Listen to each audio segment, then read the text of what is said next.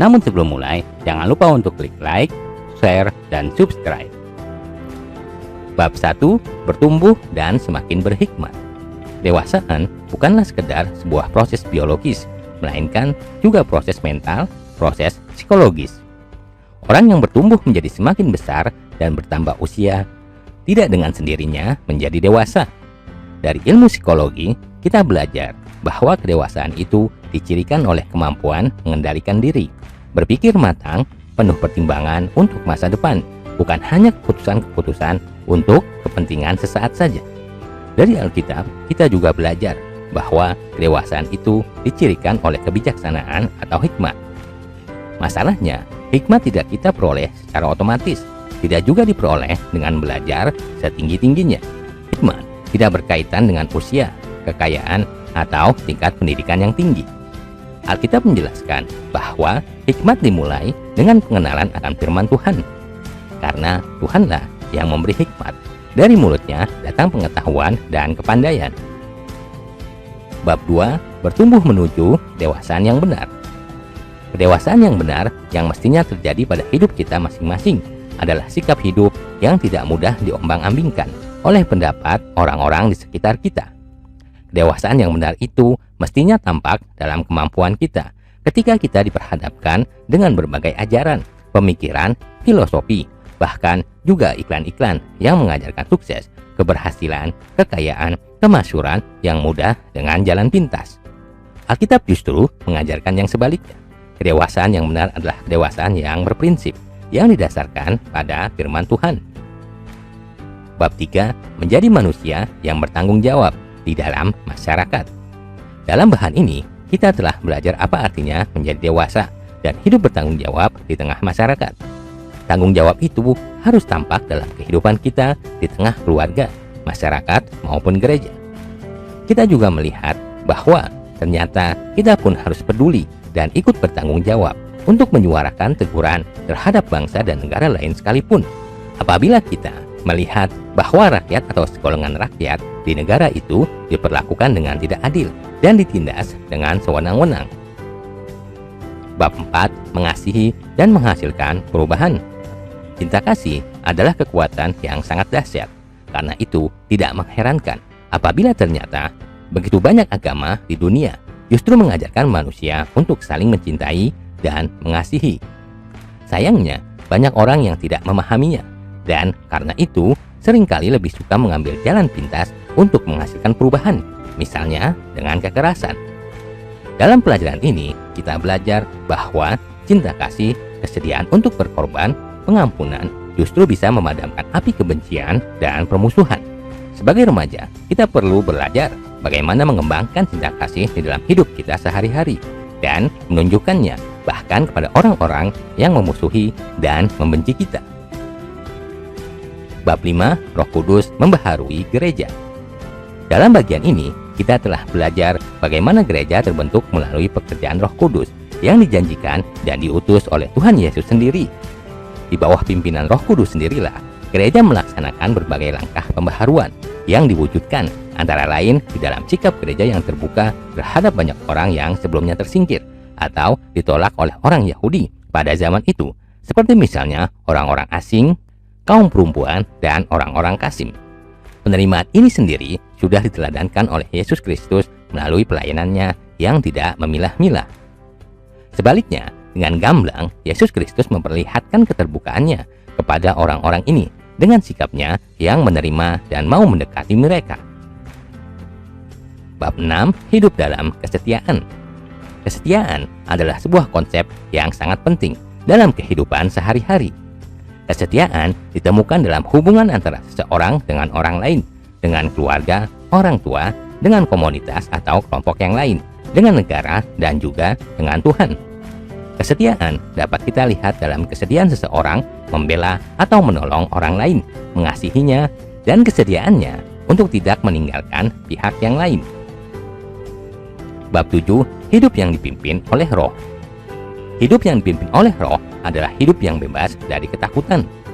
Dengan keberanian, orang-orang Kristen dari abad ke abad tidak takut menghadapi maut sekalipun, dan dari situ pula mereka menunjukkan kesaksian hidup mereka.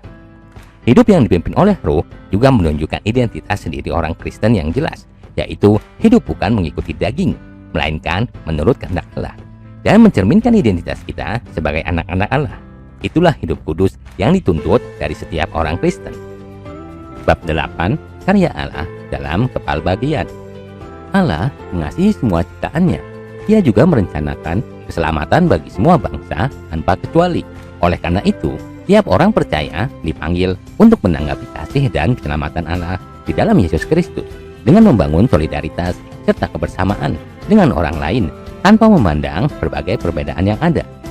Dengan demikian, identitas sebagai murid Yesus Kristus semakin nyata. Bergaul dengan orang lain yang berbeda dengan kamu malahan semakin memperkaya pengalaman hidup kamu, sekaligus memperteguh identitas kamu sebagai murid Yesus Kristus. Bab 9, anak SMA boleh pacaran. Cinta adalah ekspresi perasaan, kagum, suka, dan sayang yang diwujudkan dalam tindakan mengasihi dan memahami orang yang dicintai. Sedangkan pacaran adalah mewujudkan rasa cinta terhadap seseorang dalam sebuah hubungan yang eksklusif. Dalam hubungan seperti itu, dua orang yang terlibat di dalamnya mengekspresikan kasih, saling menghargai, dan menjaga serta melindungi. Ada unsur saling percaya, memberi dan menghormati, termasuk menghormati batasan-batasan dalam berpacaran, yaitu saling setia dan jujur. Semua hal dalam berpacaran itu harus datang dari kedua belah pihak. Bab 10, batas-batas dalam berpacaran. Orang bilang masa remaja adalah masa paling indah. Karena keindahan itulah, tiap remaja sedapat mungkin mampu menahan diri dari berbagai hal yang merugikan. Dengan begitu, mereka dapat menikmati keindahan masa remaja menuju kedewasaan.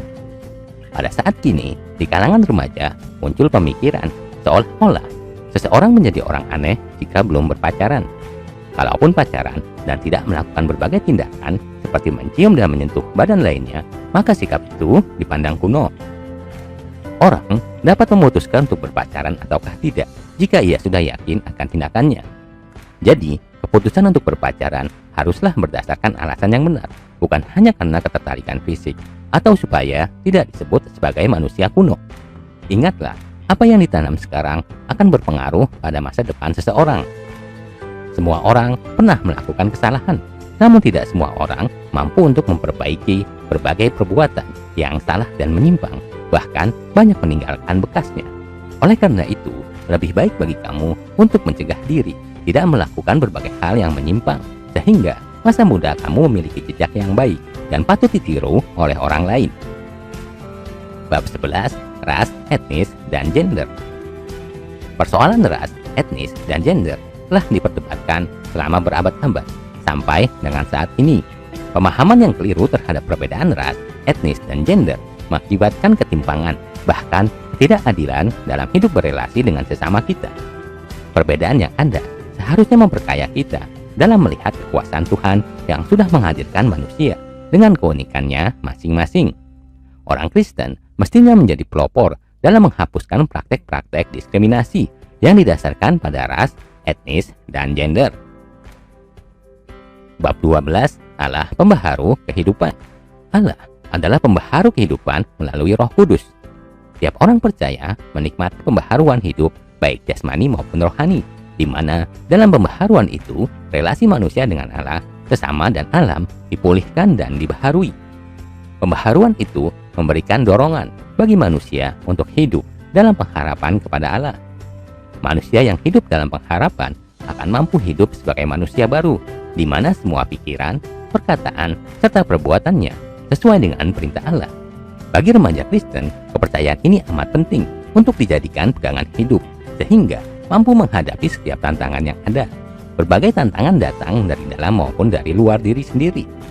Kehidupan yang dijalani pada masa kini bukanlah kehidupan yang mudah, karena berbagai tantangan yang ada membutuhkan pegangan hidup untuk menghadapinya. Bab 13, karya Allah dalam membaharui kehidupan. Allah membaharui hidup manusia supaya manusia layak menjadi mitra Allah dalam memberitakan kasih-Nya bagi dunia. Pembaharuan itu mencakup hidup manusia dan alam secara keseluruhan. Implikasi dari pemahaman ini adalah manusia harus hidup dalam pembaharuan akal budi, terutama dalam membangun relasi dengan Allah sesama, dan alam lingkungan hidup. Menyerahkan diri pada pembaharuan Allah artinya bersedia untuk memperlakukan kehendak Allah dalam hidupnya setiap hari.